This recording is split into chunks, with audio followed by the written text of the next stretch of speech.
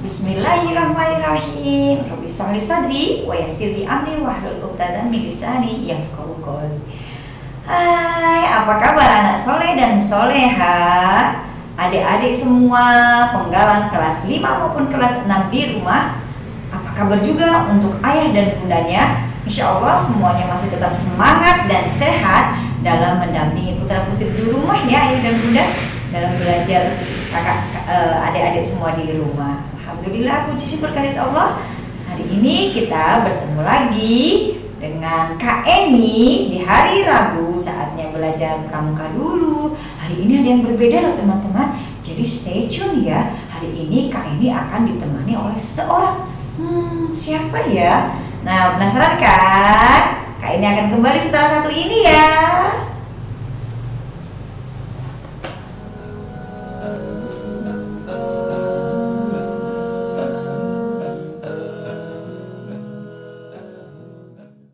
Nah, adik-adik penggalang semuanya yang ada di rumah. Nah, kembali lagi deh dengan Kak Eni untuk belajar pramuka hari ini. Hari ini kita akan belajar apa ya? Oh, tapi sepertinya ada yang datang. Tadi seperti yang Kak Eni janjikan, hari ini Kak Eni tidak sendirian. Ada teman Kak Eni loh. Mirip tidak dengan Kak Eni? Nampak kembar ya teman-teman? Nah, nanti kita akan kenalan sama dia dengan Kak yang satu ini. Sebelumnya, Kak Eni punya pantun nih untuk kalian semua di rumah. Jalan-jalan ke pasar baru, tidak lupa beli sepatu. Sudah datang hari Rabu, saatnya kita belajar pramuka dulu biar lebih semangat. Ayo kita tepuk pramuka. Insan takwa, yes, Allahu Akbar. Teman-teman, hari ini nanti kita akan ngomongin apa saja sih di pembelajaran pramuka kali ini. Tapi sebelumnya kita kasih kesempatan dulu ya sama temennya Kak Eni ini. Nah, coba sekarang giliran kakak nih untuk menyapa adik-adik semua yang ada di rumah. Sekalian dong perkenalkan diri. Siapa sih kakak ini? Sepertinya mirip sekali dengan Kak Eni. Ya teman-teman, kita saksikan dulu, kita dengarkan dulu ya kakak yang satu ini mau memperkenalkan diri. Nah, bisa, saya juga bisa punya pantun seperti Kak Eni. Tapi sebelumnya, perkenalkan halo adik-adikku semuanya yang ada di rumah, penggalang kelas 5 maupun kelas 6. Ayah dan bunda juga yang di rumah, semoga senantiasa sehat ya. Perkenalkan, hari ini Kak Eno, kembarannya Kak Eni, akan menemani kalian untuk belajar pramuka hari ini. Gimana? Sudah sama persis nggak sama Kak Eni? Apa ya bedanya? Oh iya, topi Kak Eno ketinggalan. Berbalas pantun seperti yang tadi Kak Eni ucapkan. Ikan teniri dibungkus daun salam. Makan duku dicampur dengan jus jambu. Tolong dong Kak Eni, saya mau mengucap salam. Yuk adik-adik di rumah dijawab dulu. Assalamualaikum warahmatullahi wabarakatuh. Halo, perkenalkan nama saya Kak Eno, kembarannya Kak Eni. Hari ini akan belajar pramuka bersama kalian. Astagfirullahaladzim, Kak Eni, maaf saya baru ingat kalau hari ini Kak Eno ada jadwal di tempat lain adik-adik semua. Jadi mohon maaf sekali Kak Eni dan adik-adikku semua di rumah. Hari ini Kak Eni belum bisa menemani kalian berlama-lama untuk belajar pramuka. Insya Allah lain waktu kalau ada kesempatan Kak Eni akan berlama-lama ya belajar bersama kalian di rumah dan ayah bunda semuanya. Maafkan sekali ya Kak Eni, saya lupa kalau hari ini Kak Eno harus mengisi materi juga di tempat lain ya. Insya Allah lain kali kita ketemu lagi ya teman-teman juga ya. Mohon maaf ya apabila ada salah-salah kata dari Kak Eno. Insya Allah kita ketemu di lain waktu ya. Mohon pamit ya Kak Eni ya. Sekali lagi mohon maaf karena ternyata kita tidak bisa belajar bersama lebih lama. Kak Eni pamit ya adik-adik semuanya. Oke, sampai jumpa. Dadah, dadah. Oke, baik. Dadah, Alhamdulillah. Dadah. Sampai jumpa, Kak Eno. Sampai jumpa. Ya, Teman-teman, sedih ya, kita baru kenal dengan Kak Eno, udah mau langsung ditinggalin. Maaf ya Kak Eni, tadi padahal sudah janji kalau hari ini kita akan belajar bersama Kak Eno teman-teman ya. Tapi ya qadarullah ternyata Kak Eno punya kesibukan di tempat lain. Jadi untuk sementara kita lanjut ya, kita harus tetap bersemangat untuk belajar pramuka hari ini. Nah, materinya hari ini apa ya teman-teman?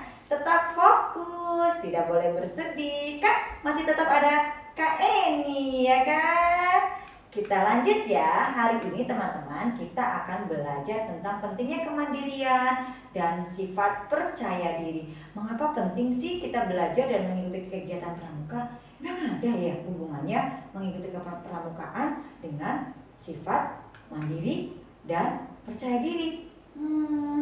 Teman-teman tahu tidak, mandiri dan percaya diri itu adalah sebagian dari karakter kita, ya kan? Pendidikan karakter itu sangat penting teman-teman untuk memperbaiki moral atau tingkah laku kita yang mungkin kurang baik. Tapi ketika kita memperoleh materi pendidikan karakter seperti halnya dalam pelajaran PKN ya, insya Allah kita akan menjadi pribadi yang lebih baik ya. Pentingnya pendidikan karakter ini merupakan hal yang prinsip seperti halnya diutusnya Rasulullah. Misi beliau, manusia yang paling suci dan sempurna, adalah untuk memperbaiki akhlak dan budi pekerti kita. Seperti halnya Allah berfirman dalam surat Al-Qalam ayat 4 bahwasanya Allah menjelaskan di sini, kalian bisa melihatnya ya.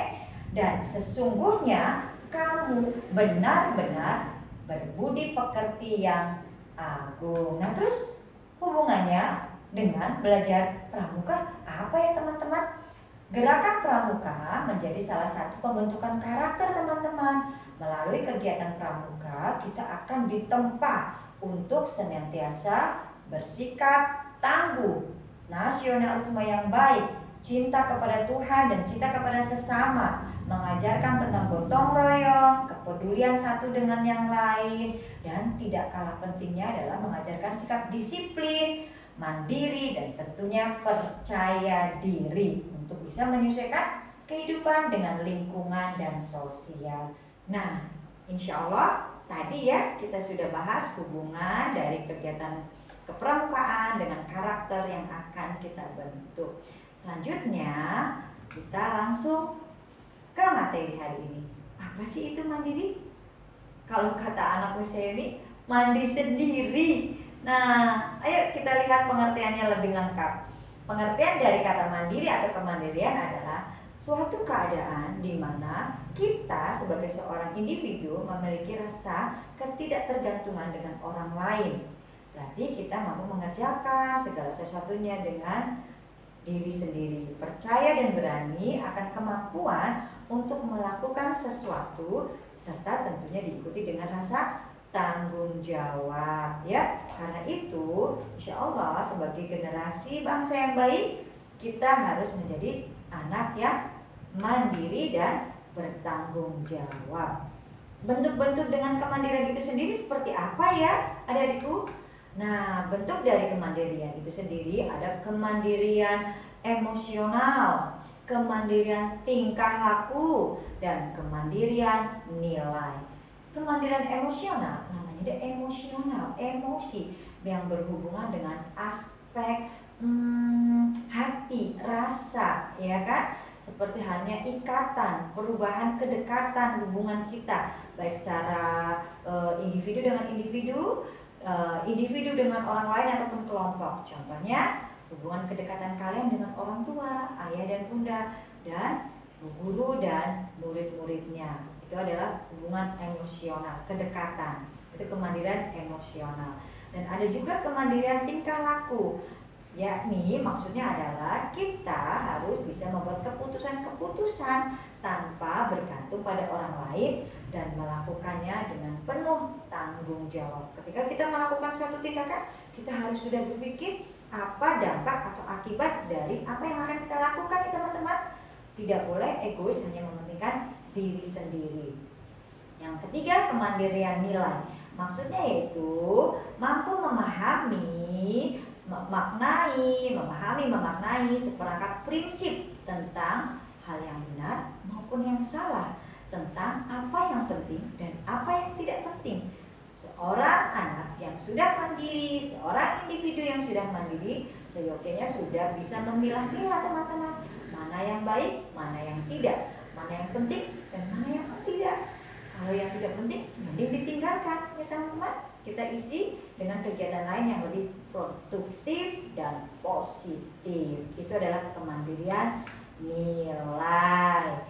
Selanjutnya, yuk kita simak ciri-ciri tentang kemandirian itu sendiri. Apakah kita sudah mandiri atau masih menjadi anak mama yang manja?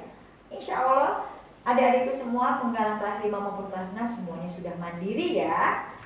Ciri-cirinya yang pertama adalah kita mampu mengambil keputusan. Maksudnya seperti halnya ketika kita ditanya sama mama dari hal yang terkecil saja. Untuk membeli sesuatu barang, kita harus memutuskan kalian membutuhkan atau hanya menginginkan. Ya, kita harus mengambil keputusan dengan baik dan bijak tentunya. Nah, kedua ciri kemandirian adalah memiliki kepercayaan diri di dalam mengerjakan tugas-tugasnya. Nanti akan Kak Eni kupas lebih lanjut apa itu percaya diri. Ya, jadi ketika kita diberi tugas oleh Bapak Ibu guru di kelas, ya, ketika pelajaran kita mampu mengerjakannya dengan penuh percaya diri dan penuh tanggung jawab tentunya. Yang ketiga, anak yang mandiri itu mampu bertanggung jawab terhadap apa yang dia kerjakan. Jadi setelah kita melakukan tindakan sesuatu, ya, kita harus sudah memikirkan dampak atau akibat dari apa yang kita kerjakan. Kita harus bisa memikirkan sampai sana. Jangan sampai tindakan atau keputusan yang kita buat justru akan merugikan atau menyakiti orang lain. Itu harus dipikirkan. Dan ciri yang keempat adalah anak yang mandiri itu harus berani bertindak atau berinisiatif. Harus berinisiatif, memulai ya. Wah, sepertinya sebaiknya seperti ini. Oh, kita tidak boleh seperti ini. Kita harus berani bertindak dengan penuh tanggung jawab dan inisiatif. Sudah belum ciri-ciri 1-4 kita miliki? Kalau belum, berarti kita belum mandiri. Nah, masih ada waktu untuk menjadi anak yang lebih mandiri. Kak Eni lanjutkan ya. Faktor-faktor yang mempengaruhi kemandirian Joni, sifat mandiri itu tidak datang begitu saja, tapi ada banyak faktor yang membantu kita untuk bisa mewujudkan atau memiliki sifat mandiri. Yang pertama adalah faktor internal. In itu berarti di dalam. Faktor internal adalah faktor yang muncul atau berasal dari dalam diri kita sendiri, teman-teman.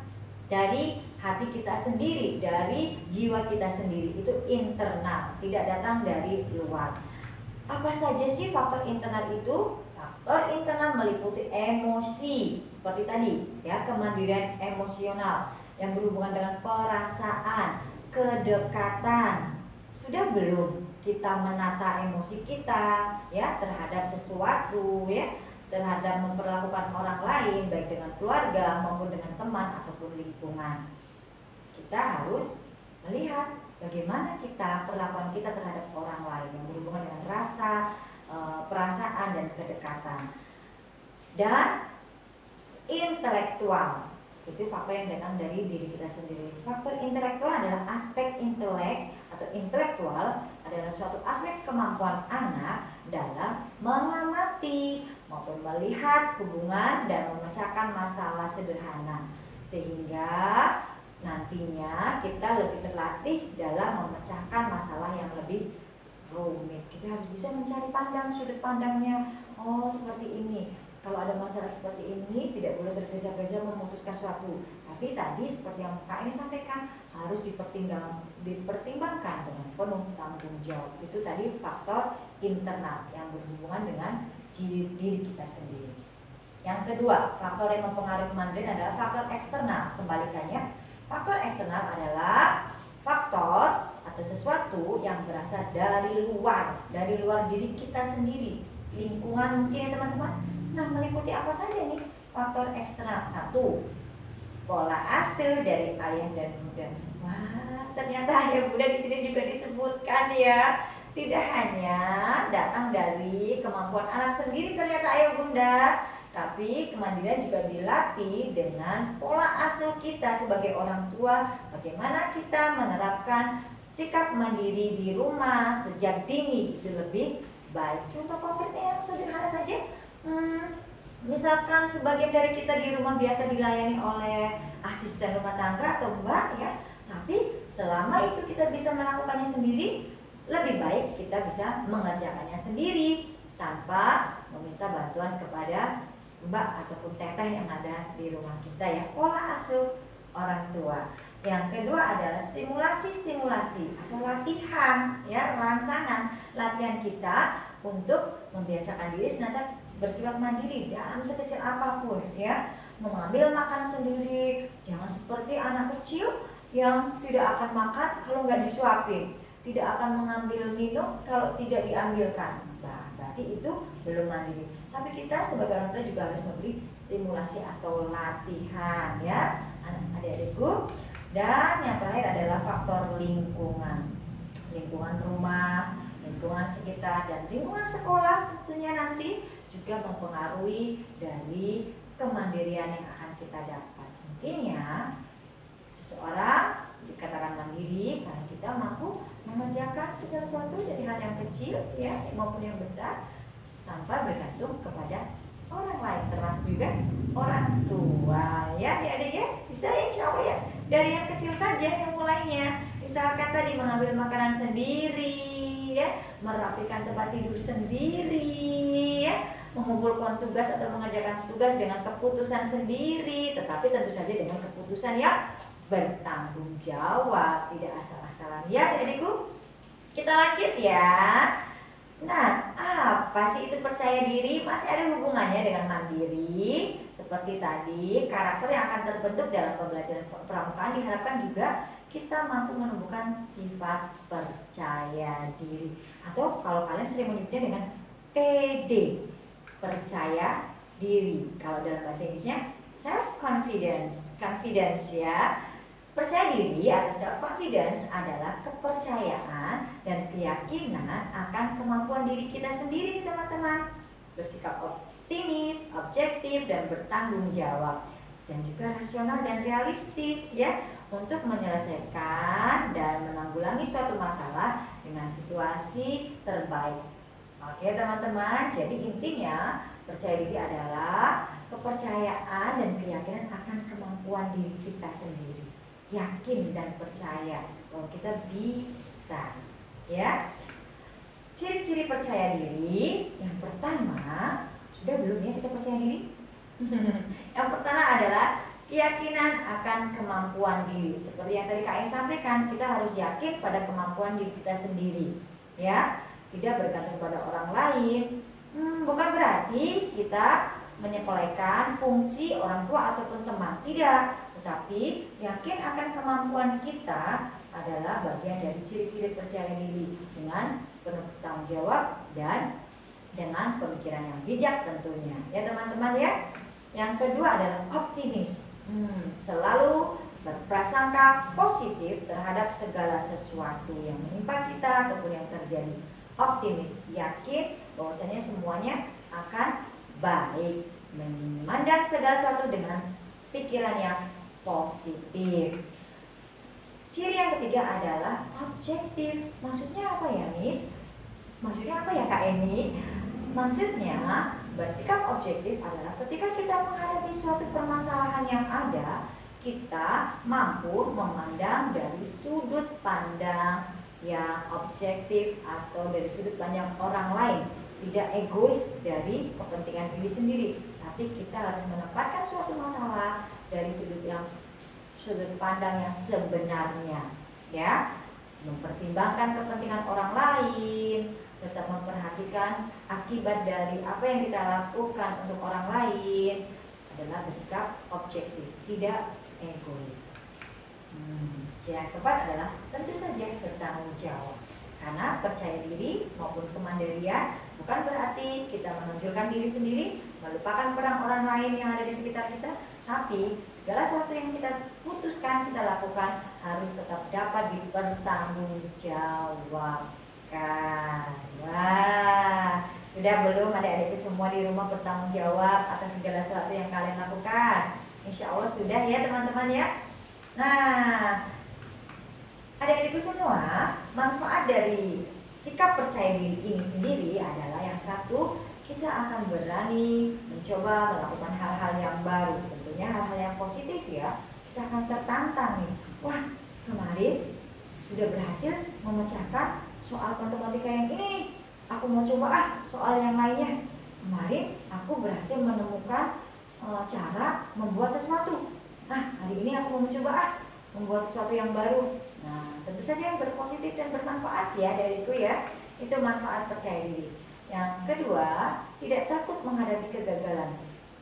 Namanya aja mencoba hal yang baru yang belum pernah kita lakukan sebelumnya. Pastinya, tentunya wajarnya, normalnya kita akan melakukan kesalahan atau kegagalan. Semua yang kita rencanakan, semua yang kita lakukan tidak selamanya berjalan sesuai dengan keinginan kita. Tetapi ada kalanya kita menghadapi kegagalan. Tapi orang yang sukses adalah orang yang belajar dari kegagalannya untuk maju lebih jauh lagi. Tidak takut menghadapi kegagalan. Ya, adik-adikku. Yang ketiga, manfaat percaya diri adalah sehat secara fisik dan mental, sehat jasmani dan rohani. Karena kita percaya diri, jadi kita akan selalu berprasangka baik pada orang lain. Kita akan selalu memandang orang lain dengan positif. Otomatis mental kita atau jiwa kita akan sehat karena selalu berprasangka baik.